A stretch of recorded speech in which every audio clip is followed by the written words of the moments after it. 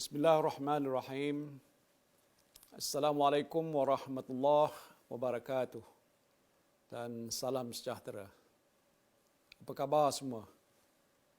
Saya doakan saudara dan saudari sihat walafiat, insya-Allah.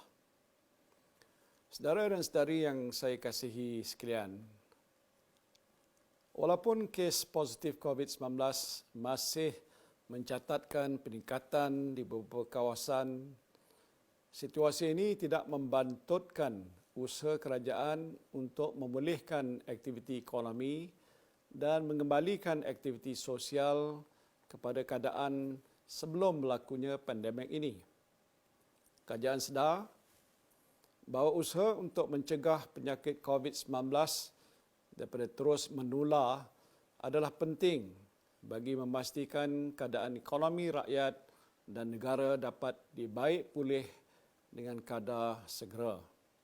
Seperti mana yang saya telah umumkan sebelum ini, kerajaan telah pun menandatangani perjanjian awal dengan fasiliti COVAX dan Pfizer bagi perolehan vaksin COVID-19 untuk mendapatkan jaminan bekalan vaksin sebanyak 30% liputan populasi. Justru hari ini sukacita saya ingin memaklumkan bahawa kerajaan baru saja menandatangani perjanjian dengan syarikat farmaceutical AstraZeneca bagi perolehan sebanyak 6.4 juta dos atau tambahan sebanyak 10% lagi. Ini bermakna jaminan bekalan vaksin sebanyak 40% yang telah pun diperolehi menerusi perjanjian bersama fasiliti COVAX, syarikat Pfizer dan syarikat AstraZeneca. Kerajaan juga sedang dalam proses rundingan akhir dengan Sinovac, CanSino dan Gamaleya bagi mendapatkan jaminan bekalan vaksin bertambah melebihi 80% jumlah populasi negara atau 26.5 juta. Melalui kesemua rundingan dan perjanjian yang telah dan akan dimeterai buat masa ini, kerajaan akan membelanjakan sejumlah 504.4 juta dolar, iaitu 2.05 bilion ringgit. Jumlah 80% ini adalah melebihi sasaran awal kita, iaitu untuk memberikan vaksin kepada 70% rakyat Malaysia. Perjanjian dengan Sinovac, CanSino serta Gamaleya ini juga akan memberikan nilai tambah kepada sektor sains dan teknologi tempatan yang bakal memberikan pulangan kepada rakyat dan pembangunan negara. Ini termasuklah melakukan proses pembotolan vaksin di dalam negara, pendidikan dan pembangunan, serta perkongsian pengetahuan dan pemindahan teknologi. Kerajaan akan terus mengadakan rundingan dengan syarikat-syarikat farmaceutical yang lain bagi memastikan negara kita mempunyai jaminan akses bekalan vaksin percuma yang mencukupi. Vaksin yang akan diperolehi juga akan dipastikan selamat dan berkesan.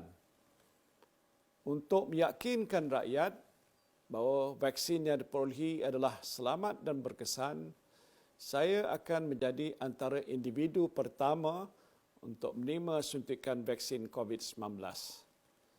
Ini akan diikuti dengan petugas barisan hadapan sebelum ataupun frontliners sebelum diberikan kepada kumpulan sasar, iaitu kumpulan berisiko tinggi seperti warga emas, mereka yang mengidap penyakit tidak berjangkit NCD dan penyakit saluran pernafasan kronik.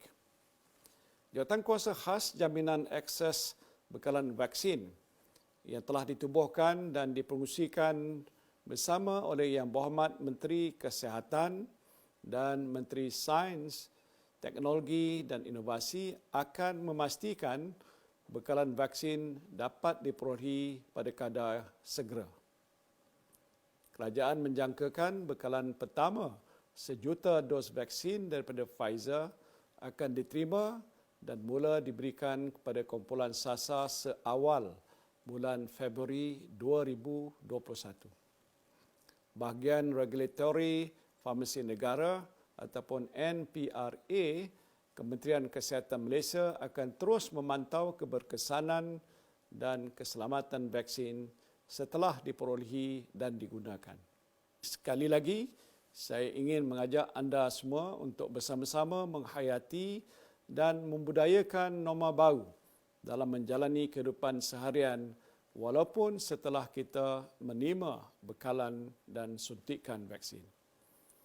Kita perlu menyesuaikan diri dengan norma baru kerana virus ini telah pun berada di dalam komuniti.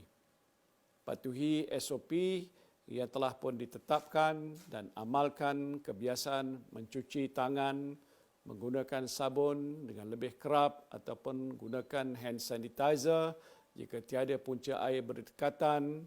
Pakailah pelitup muka dengan betul ketika berada di tempat awam dan jaga jarak fizikal dengan orang di sekeliling. InsyaAllah kita mampu menghadapi cabaran ini bersama.